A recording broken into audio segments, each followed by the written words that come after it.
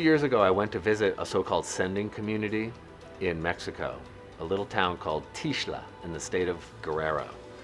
And we visited all of the townspeople, which wasn't hard because most of the townspeople are living in the Chicago area, working and living. Every young person from the age of 15 and above, and all the young adults, are in Chicago working. Who's left are young children and the elderly. And they're supported by the remittances that family are sending back. And this was at a time in which the Border Patrol was being quadrupled, in which fencing is being built at the border, in which deaths at the border are 400 to 500 a year. They know that crossing the border is taking your life into your own hands. And even if you make it to Chicago, the work is hard and abuse is widespread. And yet, everybody does it. Why?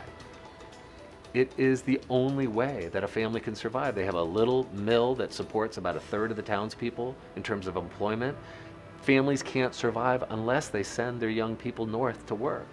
And in fact, what was so amazing about this town is when I realized how dramatic this regional integration is, meaning the integration between Mexico and the United States as a regional labor market, is that they were very proud because they had pooled the remittances and built a new outdoor basketball court in the town.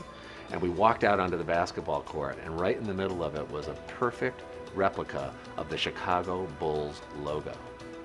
Right? The professional basketball team in Chicago, the bull and rings in the nose. And I'm thinking, Tixla Guerrero, a dusty town in Mexico, is a bedroom community for Chicago.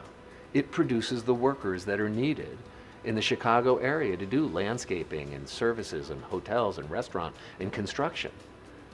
You know, 100 years ago, white and black Americans used to leave the rural South to move to the industrializing cities of the North, Chicago and New York and so forth.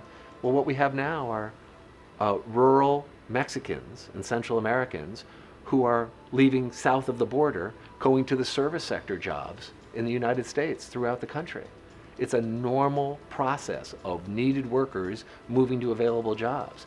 The difference is that we don't have a regulatory regime which allows it to happen legally.